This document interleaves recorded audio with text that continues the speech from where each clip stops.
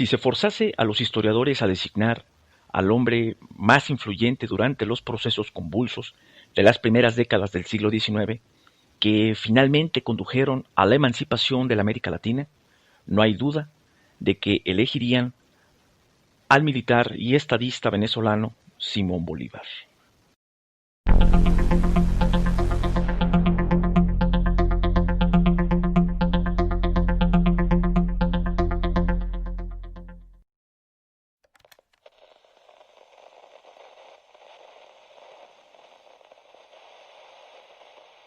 La gran cantidad de bibliografía bolivariana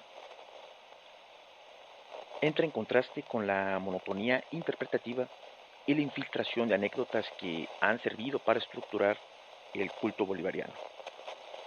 Son pocas las obras históricas de carácter crítico sobre la vida y obra de Simón Bolívar.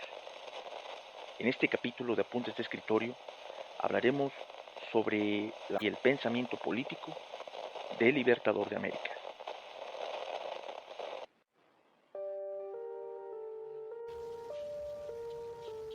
Simón José Antonio Bolívar y Palacios nació en Caracas el 24 de julio de 1783. Venezuela era entonces una capitanía general del Reino de España, entre cuyos habitantes se respiraba el descontento por las diferencias de derechos existentes entre la oligarquía española, dueña del poder, la clase mantuana o criolla, los terratenientes y los estratos bajos de mulatos y esclavos. Los criollos, a pesar de los beneficios que tenían, habían desarrollado un sentimiento particular del ser americano, que los invitaba a la rebeldía. Estábamos, explicaría Bolívar más tarde, abstraídos y, digámoslo así, ausentes del universo en cuanto es relativo a la ciencia del gobierno y administración del Estado. Jamás éramos virreyes ni gobernadores, sino por causas muy extraordinarias. Arzobispos y obispos, muy pocas veces. Diplomáticos nunca, militares solo en calidad de subalternos, nobles sin privilegios reales. No éramos, en fin, ni magistrados, ni financistas, y casi ni aún comerciantes. Ello en contravención directa de nuestras instituciones. Esta era la clase a la que pertenecían sus padres, Juan Vicente Bolívar y Ponte y María de la Concepción Palacios y Blanco. El niño Simón era el menor de 4 hermanos y muy pronto se convertiría, junto a ellos, en heredero de una gran fortuna. Bolívar quedó huérfano a los 9 años de edad y fue su abuelo materno quien tuvo que hacerse cargo de él, aunque después quien llevó a cabo los cuidados fue su tío Carlos Palacios. Aunque en su vida también aparece la negra Hipólita, quien fue su esclava y nodriza, quien continuaría cuidando cuando Simón alcanzó la adolescencia.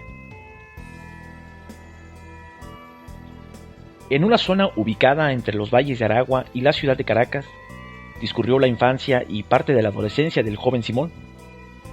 Combinaba sus estudios en la escuela de primeras letras de la ciudad con visitas a la hacienda de la familia.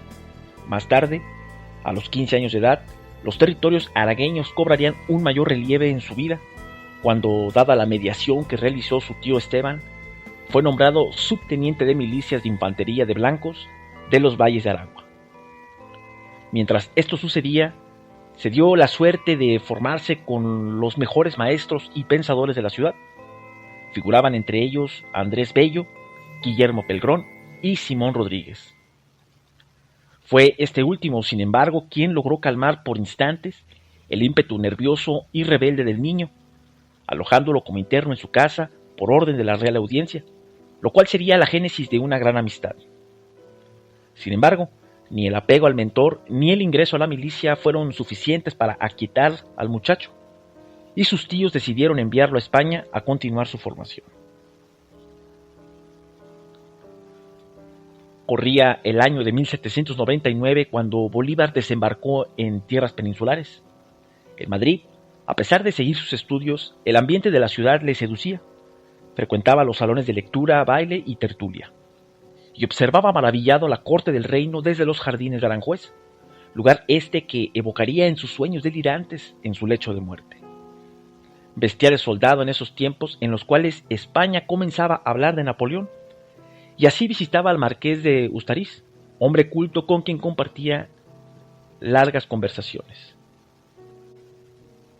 Fue precisamente en una de esas tardes donde conoció a quien será su esposa, María Rodríguez del Toro, con quien se casaría el 26 de mayo de 1802 en la capilla de San José, en el palacio del duque de Frías.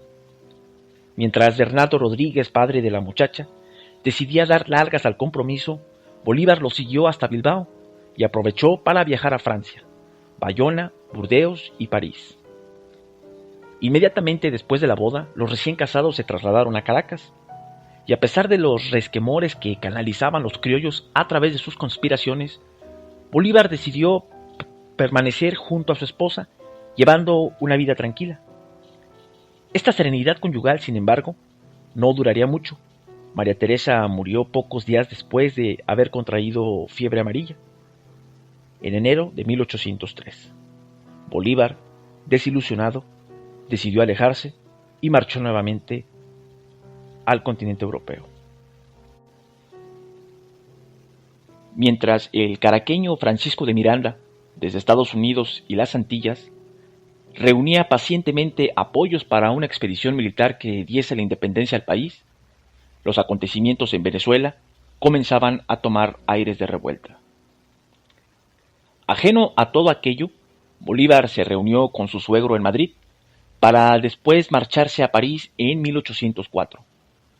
A la sombra de Napoleón Bonaparte, quien no tardaría en proclamarse emperador de Francia, se había formado una clase aristócrata, hallada entre la burguesía, que se reunía en los grandes salones a los cuales asistía Bolívar en compañía de Fernando Toro y Fanny du Villars.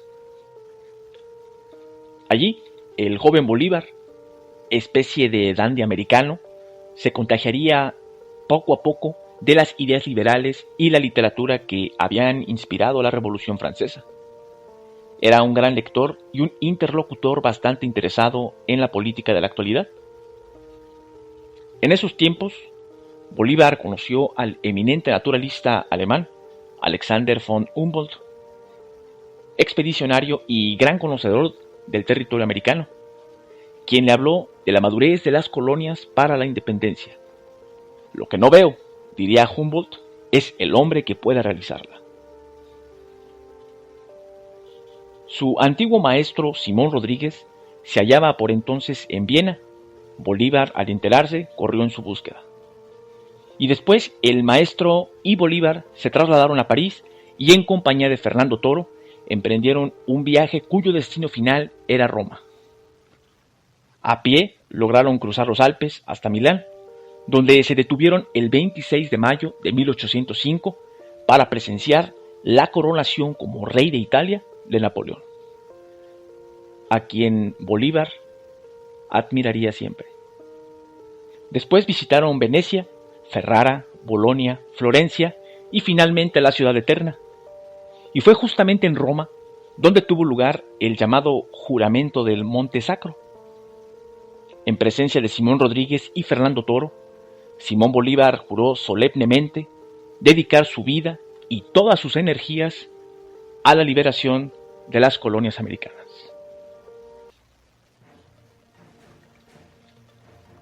Evidentemente, dicho propósito y convicciones no habían nacido en Bolívar de forma espontánea o repentina. El fervor del momento y sus conversaciones con importantes intelectuales, empezando por su maestro Simón Rodríguez, le habían hecho comprender la injusticia que entrañaba el sometimiento de América al yugo de España. Luego de tener noticias de las fallidas expediciones libertadoras de Francisco de Miranda en Ocumare y la Vela de Coro, Bolívar decidió emprender el viaje de vuelta. A pesar del fracaso, las incursiones de Miranda habían logrado adherir a algunos caraqueños al proyecto emancipador.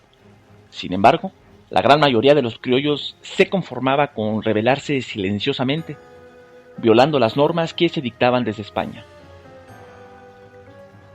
Luego de una corta estancia en Estados Unidos, Bolívar regresó a mediados de 1807 a la ciudad de Caracas. En 1808, Bolívar se había ya incorporado a las actividades conspirativas.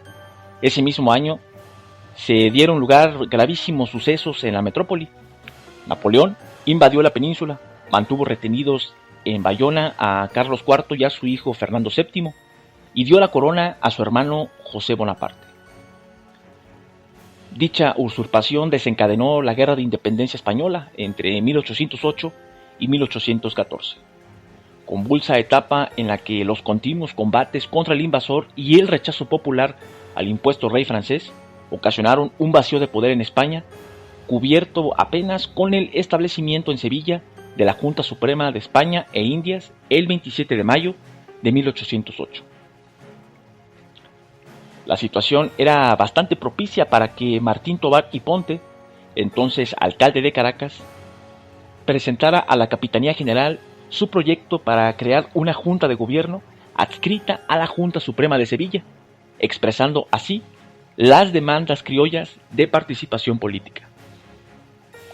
En un comienzo, las autoridades coloniales se mostraron reacias al proyecto, pero después, ante el vacío de poder que se había producido, decidieron pactar con los conspiradores. Enterado de la situación, Bolívar abrió las puertas de una casa de verano familiar, conocida como la Cuadra de Bolívar, para acoger las reuniones. Se negó categóricamente a participar en cualquier alianza, pues para él debía aclamarse por la emancipación absoluta. En las vísperas del Jueves Santo de 1810, arribaron a la ciudad los comisionados del nuevo Consejo de Regencia de Cádiz, órgano de gobierno que actuaba en la península en sustitución de Fernando VII, luego de haber relevado a la Junta Suprema. Fueron recibidos por Vicente Emparán, máxima autoridad colonial en tanto que gobernador y capitán general de Venezuela, pero al día siguiente los criollos los sitiaron y lo obligaron a dirigirse al cabildo. La mitología venezolana recoge de esta fecha, es decir, el 19 de abril de 1810, el instante en el cual Vicente Emparán se asomó al balcón del cabildo de Caracas para interrogar al pueblo enardecido acerca de su predisposición a continuar aceptando su autoridad, con el clérigo José Cortés de Madariaga detrás de él, haciendo señas con el dedo al pueblo para que negasen, y luego de un rotundo no por parte de la población, Vicente Emparán cedió: pues yo tampoco quiero mando. Comenzaba así la famosa revuelta caraqueña que, sin proponérselo, daba inicio al proceso de independencia de Venezuela.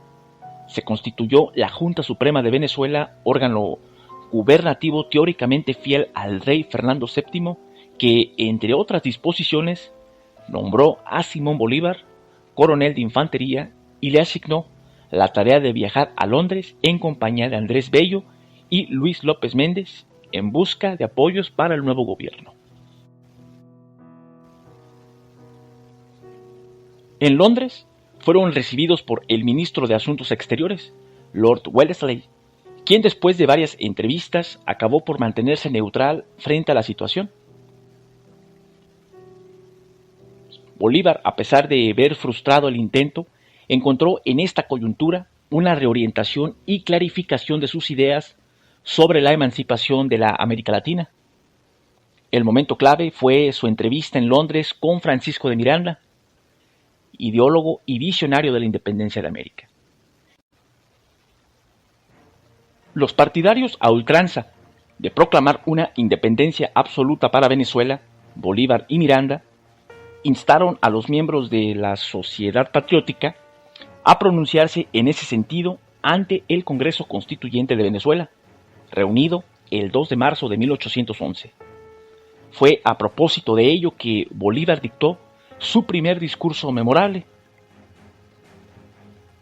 pongamos sin temor la piedra fundamental de la libertad sudamericana. Vacilar es perdernos. El 5 de julio de 1811, el Congreso Constituyente declaró la independencia y se aprobó la Constitución Federal para los estados de Venezuela.